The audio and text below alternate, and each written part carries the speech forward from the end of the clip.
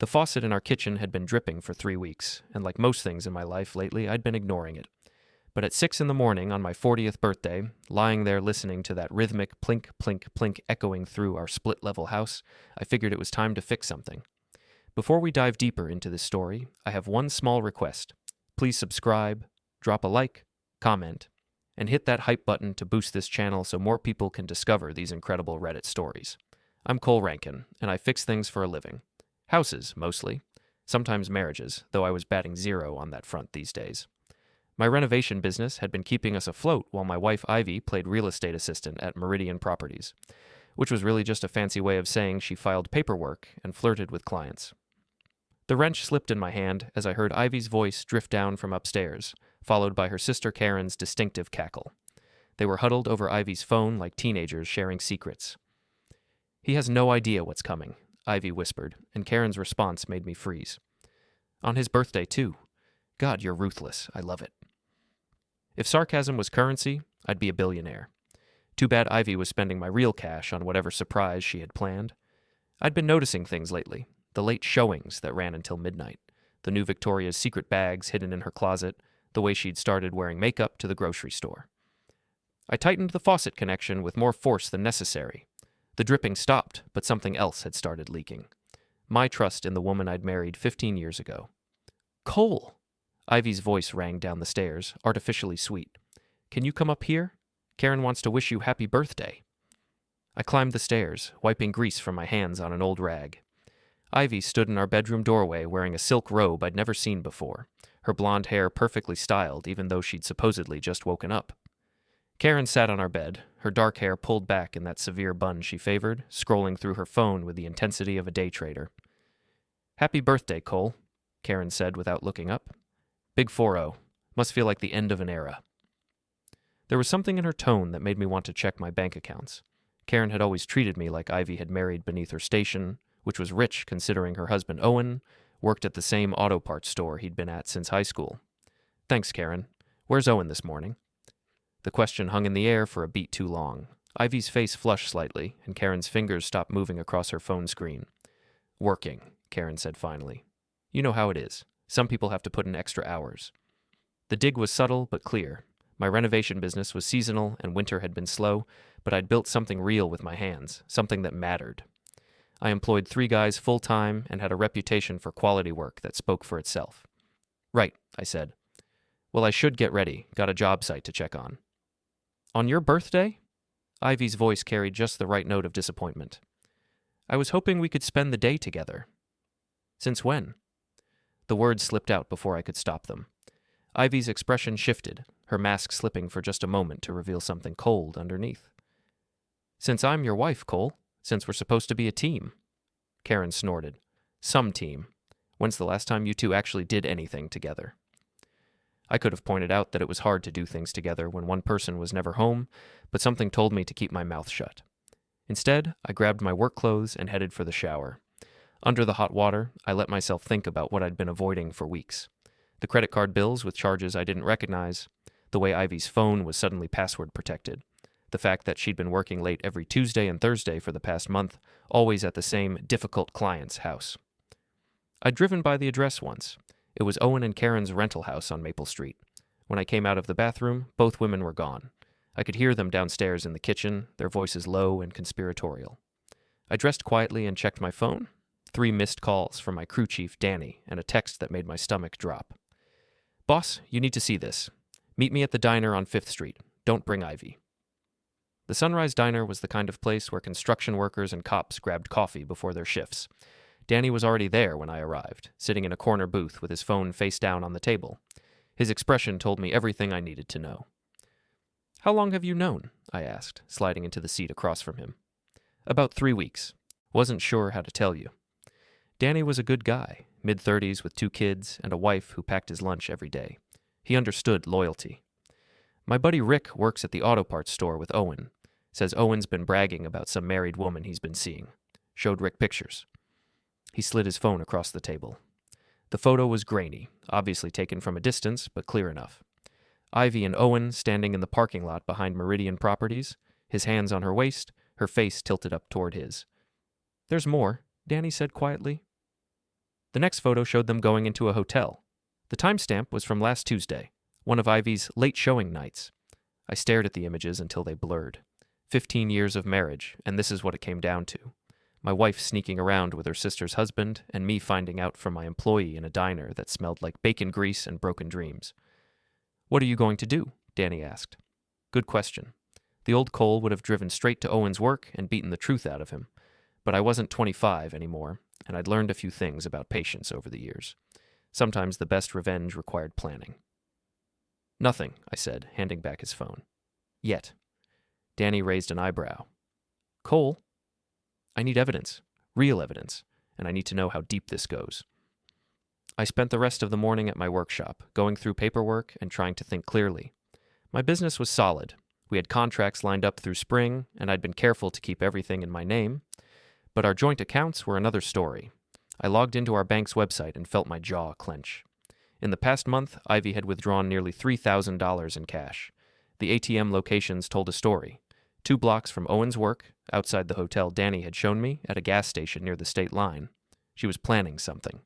And given Karen's comment about me having no idea what was coming, I was pretty sure I knew what it was. I drove home with a plan forming in my mind. If Ivy wanted to play games, I'd play along, but I'd be playing to win. The house was empty when I got back, but there was a note on the kitchen counter in Ivy's handwriting. "Gone shopping with Karen. Back by 6 for your birthday dinner. Love you." The exclamation point felt like a slap in the face. I spent the afternoon being very, very careful. I photographed every document in Ivy's desk, including bank statements I'd never seen before. I found receipts for the hotel, for dinners at restaurants I'd never been to, for lingerie that had never made an appearance in our bedroom. But the real jackpot was her laptop. Ivy had always been careless with technology.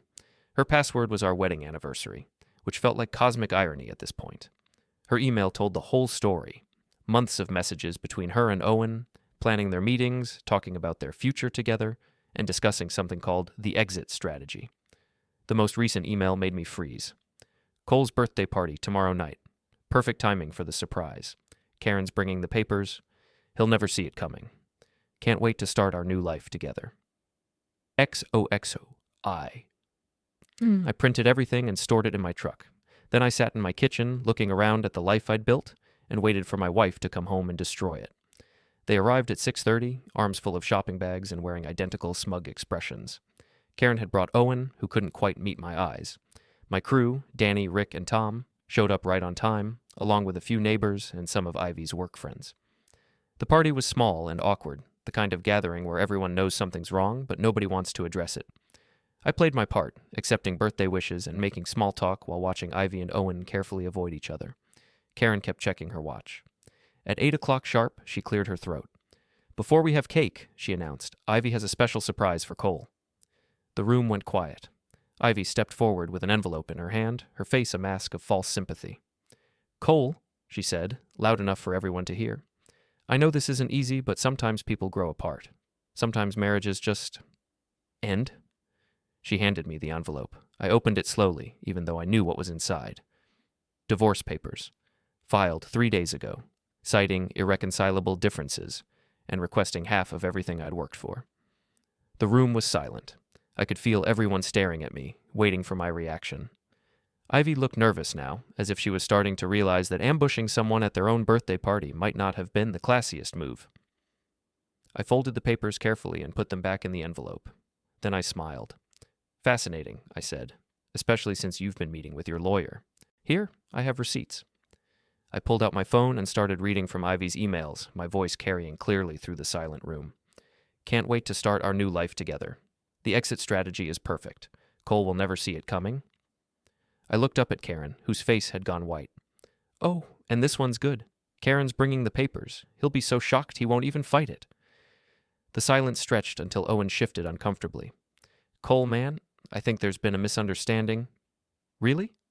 I pulled out the printed photos Danny had shown me. "Because these pictures suggest otherwise."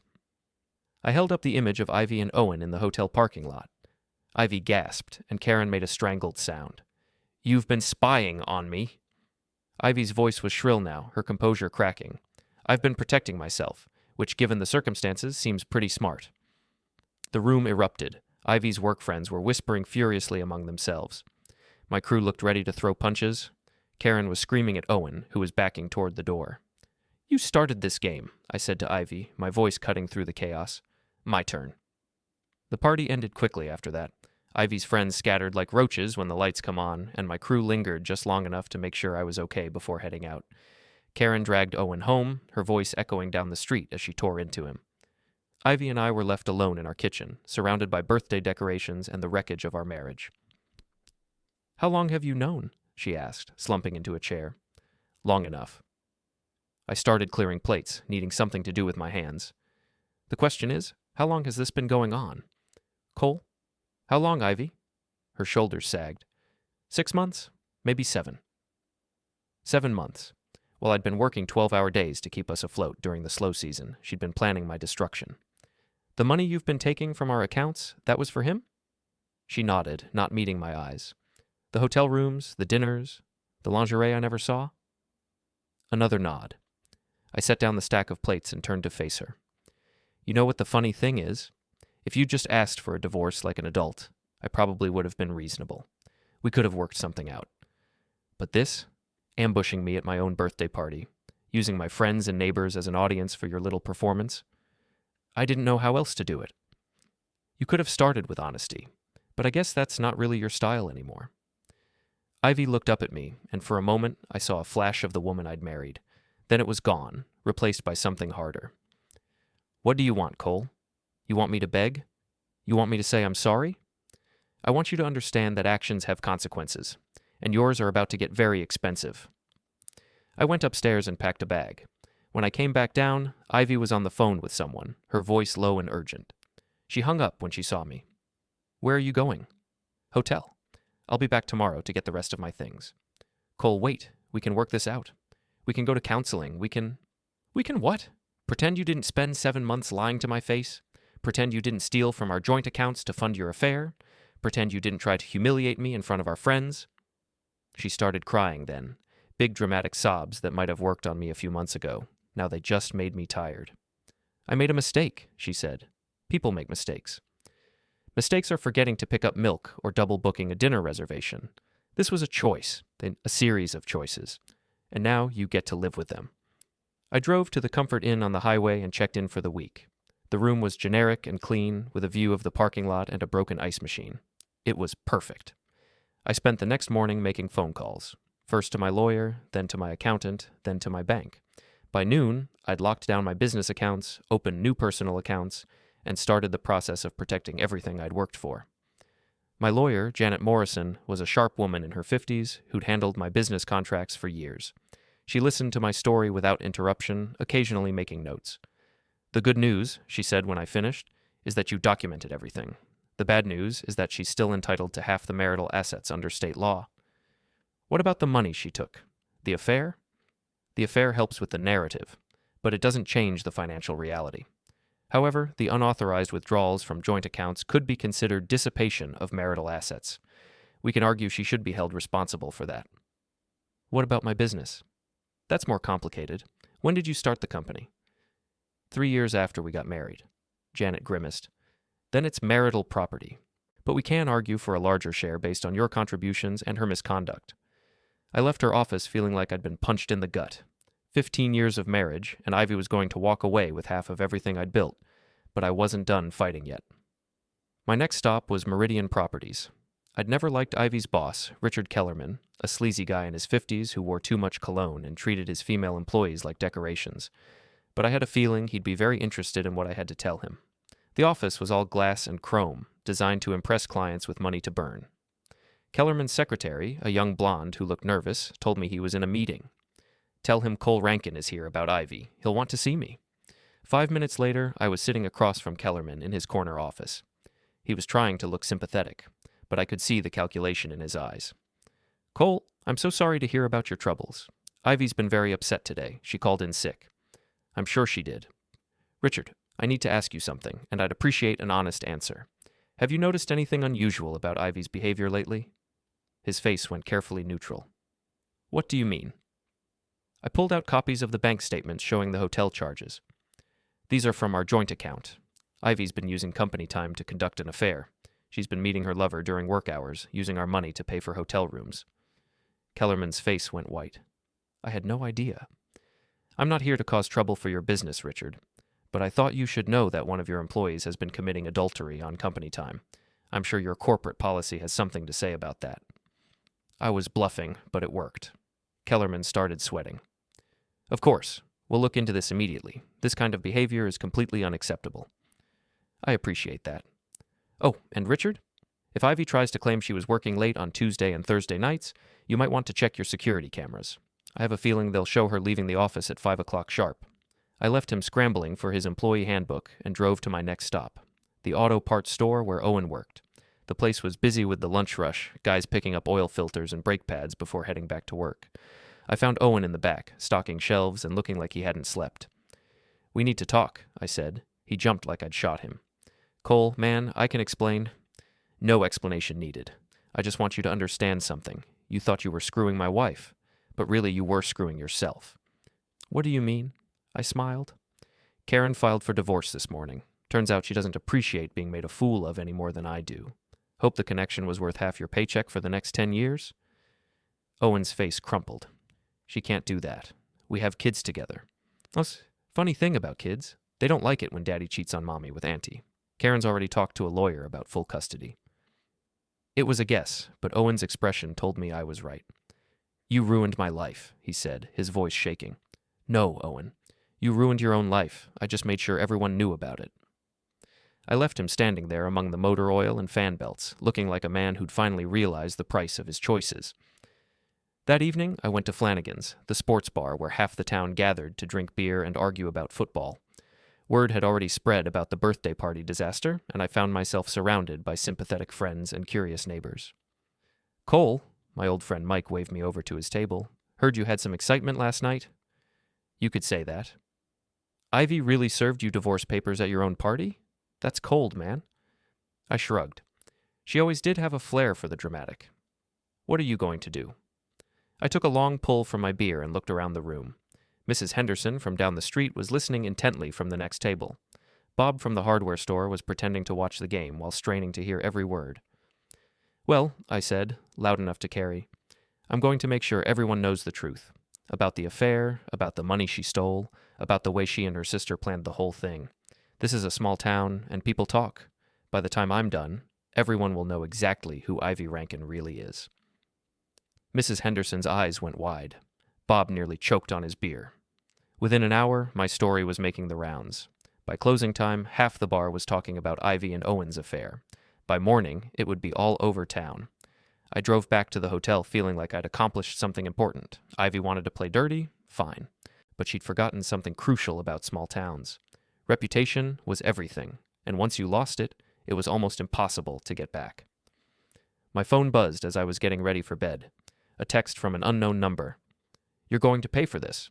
You have no idea who you're messing with. I stared at the message for a long moment, then deleted it.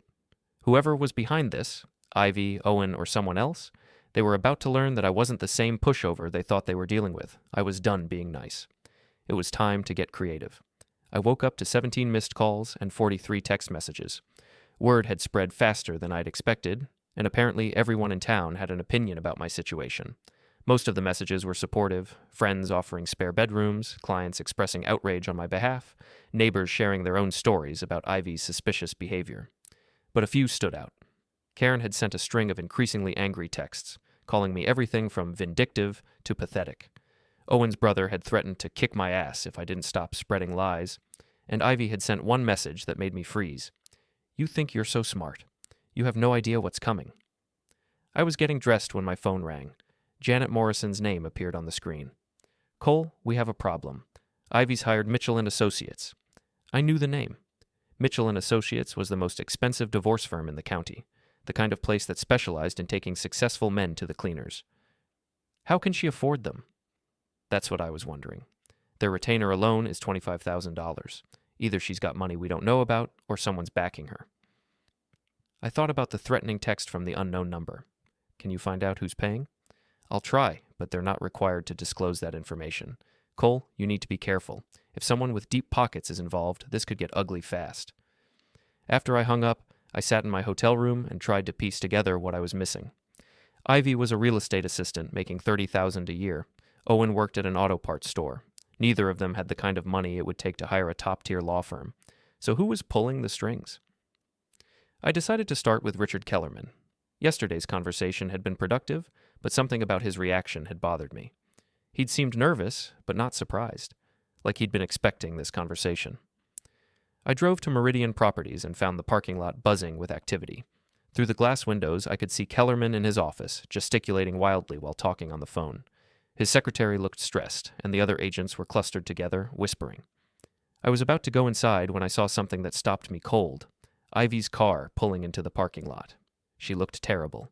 Her usually perfect hair was pulled back in a messy ponytail, and she wasn't wearing makeup, but what caught my attention was the man in the passenger seat, a guy in an expensive suit who looked like he'd stepped out of a law firm commercial.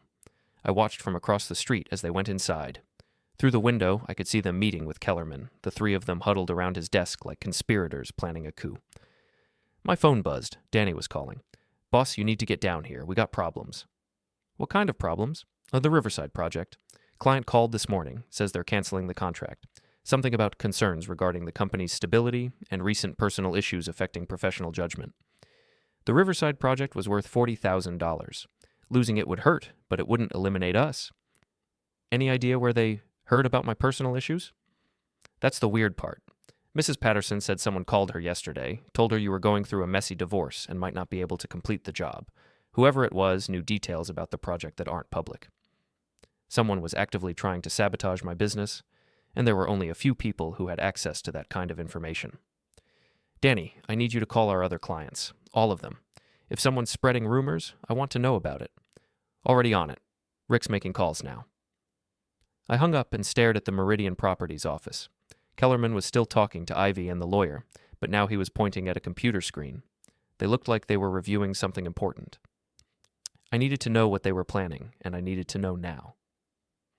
I walked around to the back of the building, where the dumpster was located. It was a long shot, but sometimes people threw away things they shouldn't. I'd learned that lesson from my father, who'd always said that you could tell a lot about someone from their trash. The dumpster was half full of typical office waste, shredded documents, empty coffee cups, food containers. But buried beneath the surface, I found something interesting, a draft contract with my business name on it. I pulled it out and read it carefully. It was a proposal for a major renovation project, the kind of job that could set my company up for the next 2 years. The client was listed as Meridian Development Group, and the project manager was Richard Kellerman. I'd never heard of this project, which was strange. In a town this size, word got around when someone was planning a major renovation, but according to the paperwork, this job was worth over $200,000. The contract was dated 3 weeks ago, right around the time Ivy's behavior had started getting more suspicious. I photographed every page and put the documents back where I'd found them. Then I drove to the county clerk's office to do some research. It took me 2 hours to piece together the puzzle, but when I did, everything made sense. Meridian Development Group was a shell company owned by Richard Kellerman. 3 months ago, he'd purchased a rundown commercial building on the outskirts of town, using financing from a bank where his brother-in-law worked. The plan was to renovate the building and flip it for a massive profit. But there was a problem. Kellerman didn't know anything about construction. He needed a contractor, someone with a solid reputation who could handle a project that size. That's where I came in. According to the paperwork I'd found, Kellerman had been planning to offer me the job. But first, he needed leverage. He needed me desperate enough to accept his terms, which included a below-market rate and a clause giving him ownership of any cost overruns. Enter Ivy. I couldn't prove it yet, but I was starting to suspect that Kellerman had orchestrated the whole thing. The affair, the divorce, the financial pressure. It was all designed to put me in a position where I'd have to accept whatever work I could get. The question was, how deep did this go? I spent the rest of the day digging deeper. Property records, business licenses, loan documents. I followed every paper trail I could find. By evening, I had a clearer picture of what I was dealing with. Kellerman wasn't just Ivy's boss. He was her business partner. 6 months ago, right around the time the affair started, Ivy had quietly incorporated her own real estate company. The paperwork listed her as president and Kellerman as silent partner. The company had no assets and no clients, but it had something else. A contract to provide consulting services to Meridian Development Group. In other words, Ivy was getting paid to help Kellerman manipulate me. I sat in my truck outside the county building, staring at the documents and feeling like an idiot. My wife hadn't just cheated on me, she'd sold me out to her boss for a piece of his development deal. But if they thought I was going to roll over and give up, they were about to learn otherwise. I drove to the hardware store and bought a crowbar, some zip ties, and a disposable camera. Then I went back to the hotel and started making plans. If Kellerman wanted to play dirty, I'd show him what dirty really looked like. That night, I waited until after midnight and then drove to the Meridian Properties office. The building was dark, and the parking lot was empty except for Kellerman's BMW. I parked across the street and waited. At 12:47 a.m., a car pulled into the lot. Even in the darkness, I recognized Ivy's Honda. She got out and walked to the back entrance of the building, using a key to let herself inside. A few minutes later, lights came on in Kellerman's office. I grabbed my camera and crept closer to the building. Through the window, I could see them clearly, Ivy and Kellerman standing close together, looking at something on his computer screen. Then Kellerman's hands were on her waist, and she was kissing him. I took pictures until the camera was full, then retreated to my truck to wait. They were in there for over an hour, and when Ivy finally left, her hair was messed up and her clothes were wrinkled. So it wasn't just Owen. Ivy was sleeping with her boss, too. I followed her home and watched as she crept into our house like a teenager sneaking in after curfew. Then I drove back to the hotel and uploaded the photos to my laptop. The images were clear enough to leave no doubt about what was happening. Ivy and Kellerman weren't just business partners, they were lovers. Which meant the whole thing with Owen was probably a distraction, a way to keep suspicion off the real affair. I printed copies of the best photos and put them in an envelope. Then I wrote a letter to Kellerman's wife, a nice woman named Patricia who taught 3rd grade at the elementary school. "Dear Patricia," I wrote, "I thought you should know what your husband does after hours. I'm sorry to be the one to tell you this, but you deserve the truth." I included the photos and the business documents showing Kellerman and Ivy's partnership. Then I sealed the envelope and addressed it to Patricia's school. But I wasn't done yet. I spent the next few hours creating a comprehensive dossier of everything I'd discovered. The shell company, the development deal, the consulting contract, the affair. All of it documented with dates, photos, and public records. Then I made 20 copies and started distributing them. The first copy went to the local newspaper. The second went to the State Real Estate Licensing Board. The third went to the bank that had financed Kellerman's project. The rest went to carefully selected members of the community, the mayor, the police chief, the president of the Chamber of Commerce, and several prominent business owners who'd used Meridian Properties in the past. By morning, half the town would know that Richard Kellerman was a fraud, and Ivy Rankin was his accomplice. I delivered the last envelope at dawn, sliding it under the door of the county prosecutor's office. The documents I'd included raised serious questions about potential fraud, embezzlement, and conspiracy. Then I drove to Flanagan's for breakfast and waited for the fireworks to begin. I didn't have to wait long. My phone started ringing at 7:30 a.m. First Danny, then Rick, then half a dozen clients who'd heard rumors and wanted to know if they were true. I let most of the calls go to voicemail, but when Janet Morrison called, I picked up. "Cole, what the hell did you do?" "What do you mean?" "Richard Kellerman's wife just called me. She's hysterical, talking about photos and business documents. She wants to hire me to file for divorce." "Interesting. Did she say anything else?" "She said you dropped off evidence that her husband's been having an affair with your wife and stealing money from clients. Please tell me you didn't break into his office." "I didn't break into anything. Everything I found was either in public records or in a dumpster. Turns out people throw away the most interesting things." Janet was quiet for a moment. "Cole, this is dangerous. If Kellerman's as dirty as you think he is, he's not going to take this lying down." "Good. I'm tired of being the only one with something to lose." I hung up and ordered coffee and eggs from the bar menu. The morning news was playing on the TV above the bar, but I wasn't really watching. I was thinking about my next move. At 8:15, my phone buzzed with a text from an unknown number. "You made a big mistake. Meet me at the old lumber yard on Industrial Road. Come alone." I stared at the message for a moment, then typed back, "Who is this?" The response came immediately. "Someone who can make this all go away." 1 hour. The old lumber yard had been closed for 5 years, ever since the owner retired and moved to Florida. It was the perfect place for a private conversation or an ambush. I finished my breakfast and drove to my workshop to pick up some insurance. The crowbar I'd bought the night before, a heavy flashlight, and my grandfather's .38 revolver that I kept locked in my desk drawer. I'd never shot anyone, and I didn't plan to start now, but I wasn't going to walk into a trap empty-handed either. The lumber yard was exactly as deserted as I'd expected. Weeds grew through cracks in the asphalt, and the chain-link fence was rusted and sagging. But there was a black Mercedes parked near the main gate, and I recognized the man standing next to it. Mitchell, the lawyer Ivy had hired.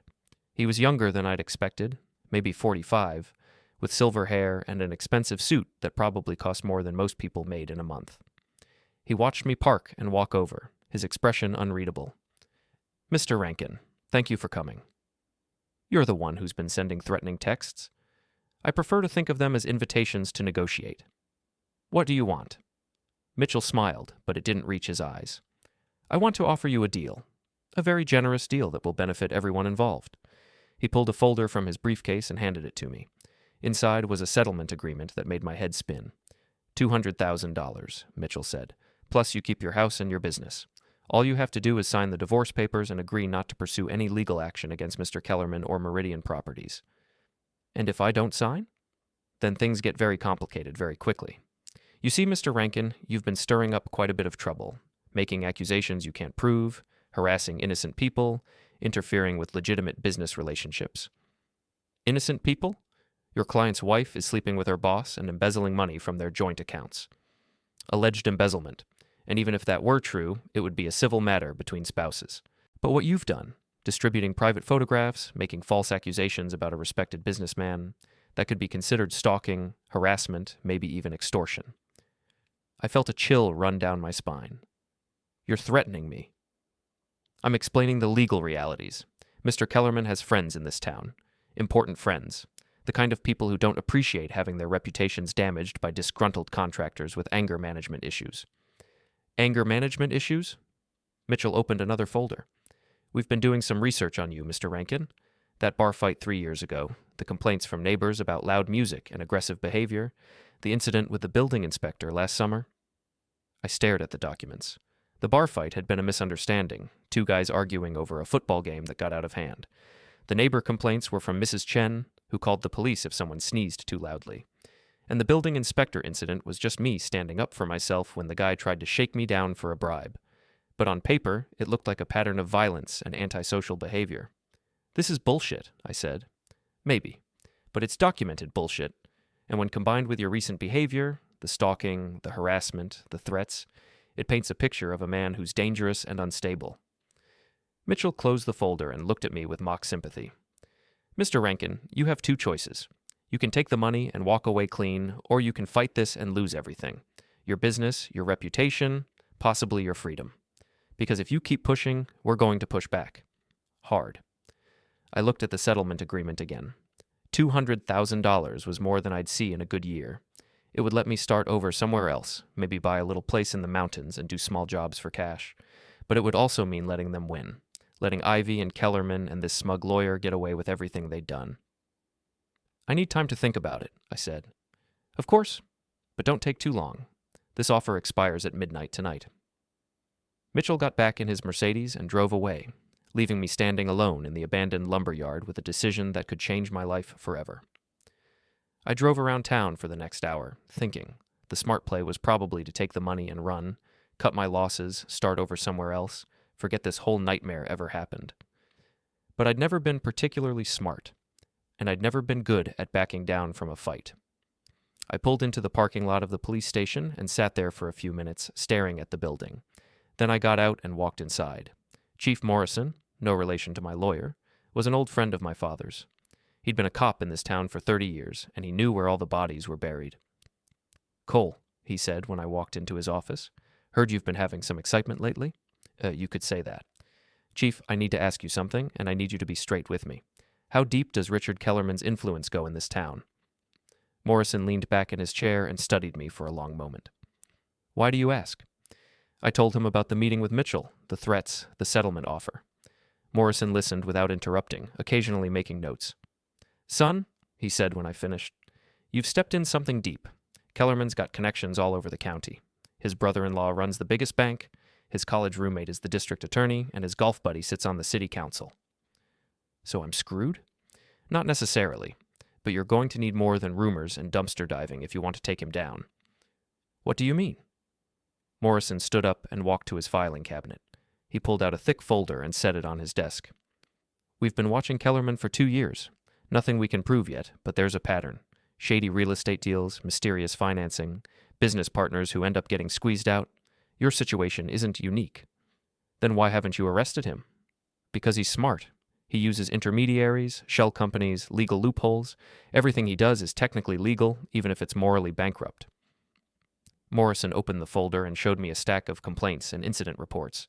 Names I didn't recognize, but stories that sounded familiar.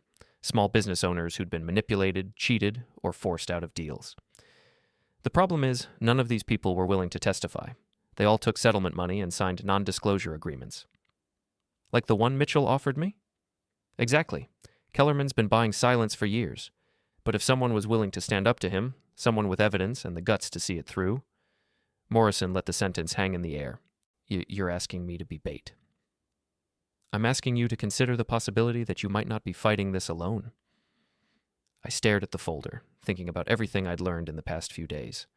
The shell companies, the development deals, the web of relationships that kept Kellerman protected. What would you need from me? Evidence. Real evidence. Not just photos and speculation, financial records, recorded conversations, something that proves criminal activity. And how am I supposed to get that? Morrison smiled. You're a smart guy, Cole. I'm sure you'll think of something. I left the police station with a plan forming in my mind. It was risky, maybe even stupid, but it was better than running away with my tail between my legs. I had until midnight to make my decision. But first, I had some evidence to gather. The plan was simple. Get Kellerman to incriminate himself on tape. The execution would be trickier. I drove to the electronics store and bought a digital voice recorder, the kind that looked like a pen. Then I went back to my hotel room and practiced until I could operate it without looking. At 6 o'clock, I called Kellerman's office. Richard, it's Cole Rankin. I've been thinking about your lawyer's offer. Cole, I'm glad you called. I was hoping we could work something out. I want to meet. Tonight. Just you and me, no lawyers. There was a pause. I don't think that's a good idea, Cole.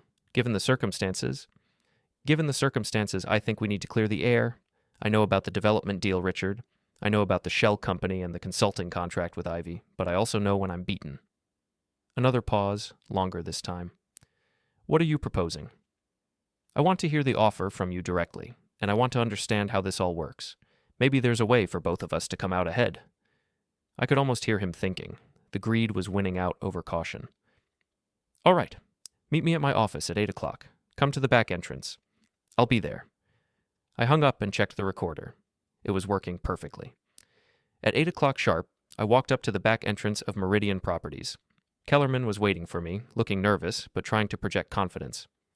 Cole, I'm glad you decided to be reasonable about this. Well, you know what they say. If you can't beat them, join them. He led me through the darkened office to his private conference room. The building was empty except for us, which was exactly what I'd hoped for. Can I offer you a drink? Sure, bourbon if you have it. Kellerman poured 2 glasses from a bottle he kept in his desk drawer. I noticed his hands were shaking slightly. So, he said, settling into his chair, Mitchell tells me you're interested in our offer. 200,000 is generous, more than generous. But I have to ask, where's the money coming from? Kellerman smiled. Let's just say I have investors who are interested in avoiding complications. Complications like me exposing your business practices. Complications like unnecessary legal battles that benefit no one. I took a sip of bourbon and activated the recorder in my pocket. Richard, can I ask you something? How long have you been planning this? Planning what? The whole thing. The affair, the divorce, the pressure campaign to get me to take your development contract. Kellerman's smile faltered. I don't know what you mean. Come on, Richard. We're both adults here. Ivy didn't just randomly decide to have an affair with Owen. You orchestrated the whole thing to put pressure on me. That's a very serious accusation, Cole. It's also true. The question is, how deep does it go? Was Owen in on it from the beginning, or is he just a useful idiot? Kellerman stood up and walked to the window, his back to me. You're smarter than I gave you credit for, he said finally. Smart enough to know when I'm being played, but not smart enough to do anything about it, apparently. The development deal is real, Cole. 200,000 in renovation work, plus whatever you can skim off the top. All you have to do is play ball. And if I don't? Kellerman turned around, and his mask had finally slipped. The friendly businessman was gone, replaced by something cold and calculating. Then you lose everything. Your business, your reputation, your freedom. I have friends in this town, Cole. Important friends. One word from me, and you'll never work in this county again. What about Ivy? What happens to her? Ivy gets what she's always wanted: financial security, social status, a man who can provide for her properly. You? Eventually, after the divorce is final and the dust settles. I felt a surge of anger, but I kept my voice level. And Owen? Kellerman laughed. Owen was a distraction, a way to keep you focused on the wrong target while we put the real plan in motion. He thinks he's going to end up with Ivy, but he's just another useful idiot. Like me? Like you were supposed to be, but you turned out to be more trouble than we expected. I finished my bourbon and stood up. Richard, I have to say, this has been educational. So you'll take the deal? I smiled. I'll take something, all right? I pulled out the voice recorder and set it on the table. Kellerman's face went white. You snake. Funny thing about digital recorders, I said. The sound quality is amazing these days. Kellerman lunged for the device, but I was faster. I grabbed it and backed toward the door. This conversation never happened, he said, his voice shaking with rage. Actually, it's going to happen a lot. I'm thinking the police will want to hear it. Maybe the district attorney, definitely the newspaper. You're making a mistake, Cole. A big mistake. Maybe, but it's my mistake to make. I walked out of the building and drove straight to the police station. Chief Morrison was waiting for me, along with a detective I didn't recognize. How did it go? Morrison asked. I handed him the recorder. Better than I hoped. We spent the next 2 hours going through the recording, with the detective taking notes and asking questions. By the time we finished, they had enough to start a formal investigation. What happens now? I asked. Now we dig deeper, Morrison said, and you go home and try to stay out of trouble. What about the threats? What threats? As far as I know, you and Mr. Kellerman just had a friendly business discussion. I drove back to the hotel feeling like I'd won a battle, but knowing the war was far from over. Kellerman wasn't going to take this lying down, and neither were his powerful friends. But for the first time in days, I felt like I had a chance. My phone buzzed with a text message. You should have taken the money. I deleted it and turned off the phone. Tomorrow would bring new challenges, but tonight, I was going to sleep like a man who'd finally started fighting back. I woke up to pounding on my hotel room door. Through the peephole, I could see Chief Morrison and 2 detectives I didn't recognize. Cole, open up. We need to talk. I let them in, and Morrison's expression told me everything I needed to know. Kellerman's gone, he said without preamble. The words hit me like a punch to the gut. What? Found him in his office this morning. Single gunshot to the head. Looks like suicide, but we're treating it as a potential homicide until we know more. Jesus. When? Sometime between midnight and 2 a.m. Security cameras show him entering the building alone at 11:30 p.m. No one else came or went until the cleaning crew found him at 6. I sank into the room's single chair, my mind racing. You think I did it? Right now, you're the last person known to have spoken with him, and given the nature of your conversation... Morrison didn't finish the sentence, but he didn't need to. I was the prime suspect in a murder investigation. I went straight from his office to the police station. You were there? You saw the recording? I saw you at 8:45 p.m. Kellerman didn't fade until after midnight. That's plenty of time for you to go back. One of the detectives stepped forward. Mr. Rankin, we need you to come to the station for questioning. Am I under arrest? Not yet, but I'd recommend bringing a lawyer. 3 hours later, I was sitting in an interrogation room with Janet Morrison, answering the same questions over and over again. Where did I go after leaving the police station? Who could verify my whereabouts? Did I own any firearms? The last question made me freeze. I'd forgotten about my grandfather's .38, still locked in my workshop desk. I need to tell you something, I said to Janet during a break. I have a gun, a .38 revolver. It's registered and legal, but... But what? But I took it with me yesterday when I met Kellerman's lawyer. I was scared, thought it might be a setup. Janet closed her eyes. Please tell me it's still in your workshop. I don't know. I haven't been there since yesterday afternoon. When we told the detectives about the gun, they immediately sent a team to search my workshop.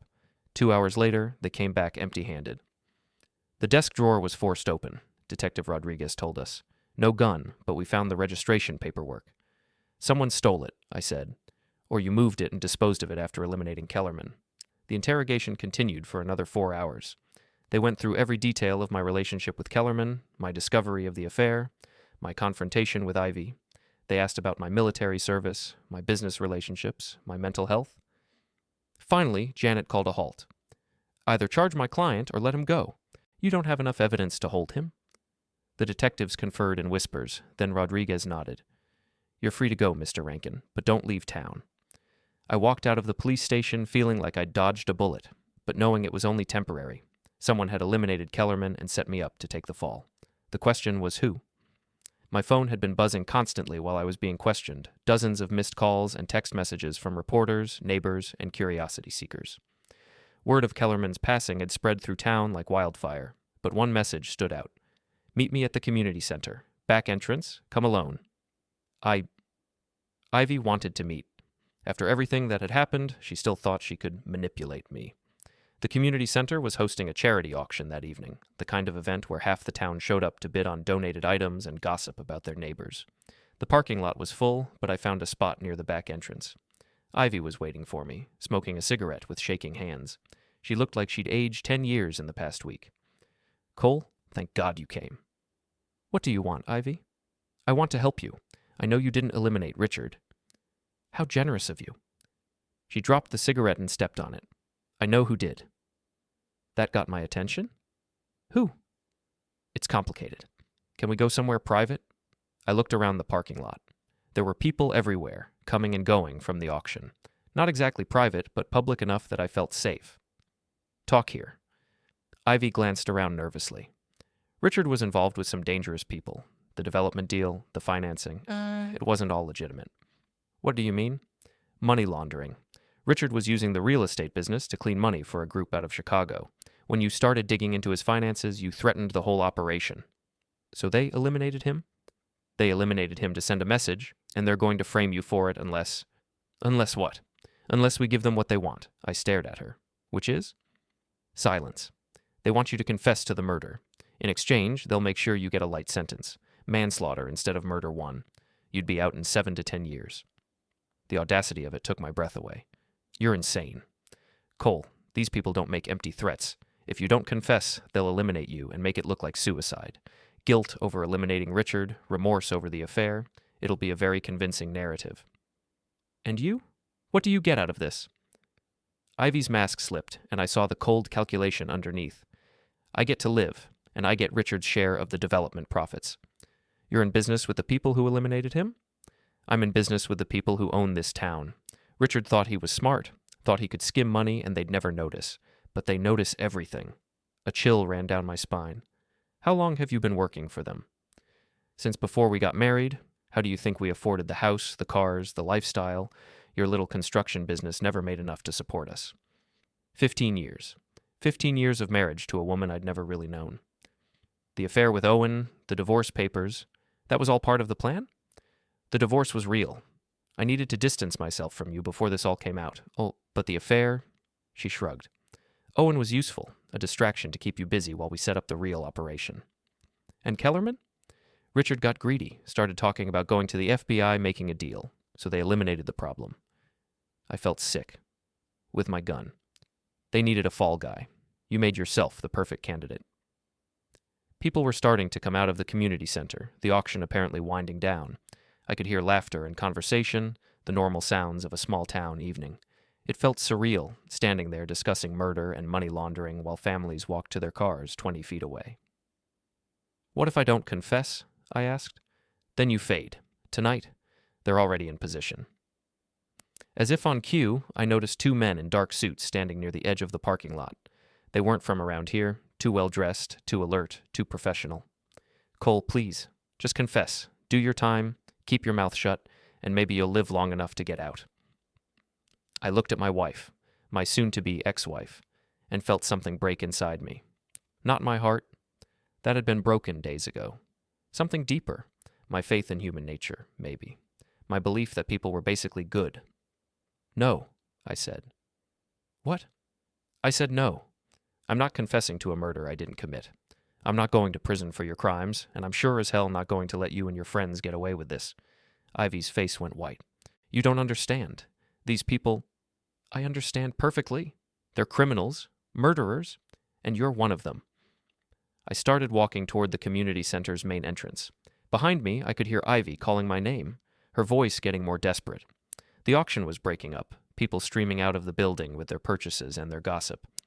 I pushed through the crowd, looking for Chief Morrison. I'd seen his car in the parking lot. I found him near the stage, talking to the mayor about some municipal issue. When he saw me, his expression darkened. "Cole, what are you doing here? I told you to keep a low profile." "Chief, I need to tell you something about Kellerman's murder." Morrison glanced around at the crowd, then grabbed my arm. "Not here, my office, tomorrow morning." "It can't wait. Ivy just confessed to being part of a money laundering operation. Kellerman was eliminated by organized crime figures, and they're planning to frame me for it." Morrison's grip tightened. "You're talking crazy, son." "Am I? Then explain why my gun was stolen from my workshop. Explain why Ivy knew details about the murder that haven't been released to the public." Morrison looked around again, his cop instincts kicking in. "Where is she now?" "Back parking lot. But Chief, there are 2 men here who aren't locals. Professional types. I think they're here to eliminate me." Morrison's hand moved instinctively to his service weapon. "Show me." We pushed through the crowd toward the back exit, but when we got to the parking lot, it was empty. Ivy was gone, and so were the men in suits. "Cole, I don't see anyone." "They were here, right over there by the dumpster." Morrison walked over to where I'd pointed, his flashlight cutting through the darkness. After a moment, he called me over. "Look at this." There were cigarette butts on the ground, the same brand Ivy had been smoking, and tire tracks in the gravel, fresh ones that looked like they'd been made by a large sedan. "Someone was here," Morrison admitted, "but that doesn't prove your story about organized crime." "Then let me prove it." I pulled out my phone and showed him the text message Ivy had sent. Then I told him about our conversation, every detail I could remember. Morrison listened without interrupting, his expression growing more serious with each revelation. "If this is true," he said finally, "then we're dealing with something way bigger than a local murder case." "What do we do?" "We call the FBI." An hour later, the community center parking lot was full of federal agents. Special Agent Sarah Chen had taken over the investigation, and she was asking the same questions the local detectives had asked, but with a different focus. "Mr. Rankin, you're saying your wife confessed to being part of a money laundering conspiracy?" "That's right. She said Kellerman was eliminated because he was going to cooperate with the FBI."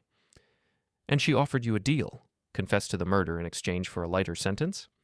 "Yes. She said if I didn't confess, they'd eliminate me and make it look like suicide." Agent Chen made notes on her tablet.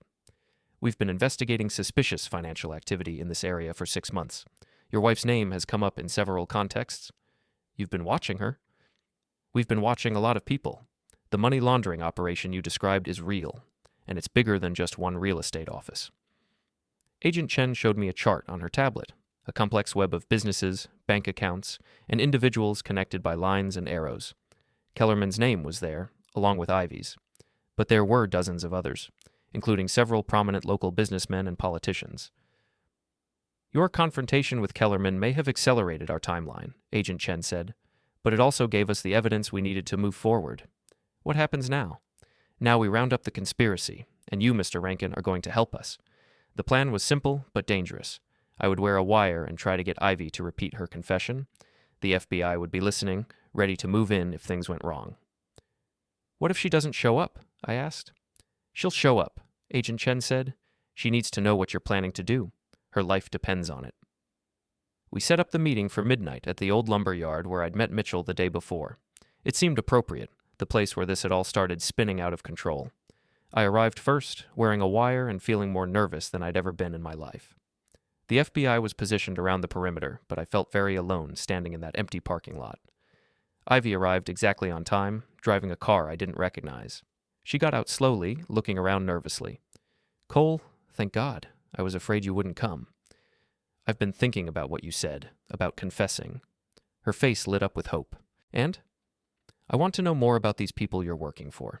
If I'm going to take the fall for their crime, I want to know who I'm protecting." Ivy glanced around the empty lot. "It's not safe to talk about this here." "It's not safe to talk about it anywhere, but I need answers, Ivy. I need to understand how deep this goes." She was quiet for a long moment, weighing her options. "The operation started 5 years ago," she said finally. "A group out of Chicago was looking for ways to clean money from their drug and gambling operations. Real estate was perfect. Lots of cash transactions, easy to inflate values, hard to trace. And Kellerman was their local contact? One of them. There were others. The bank president, the city planning commissioner, several large contractors. Including me?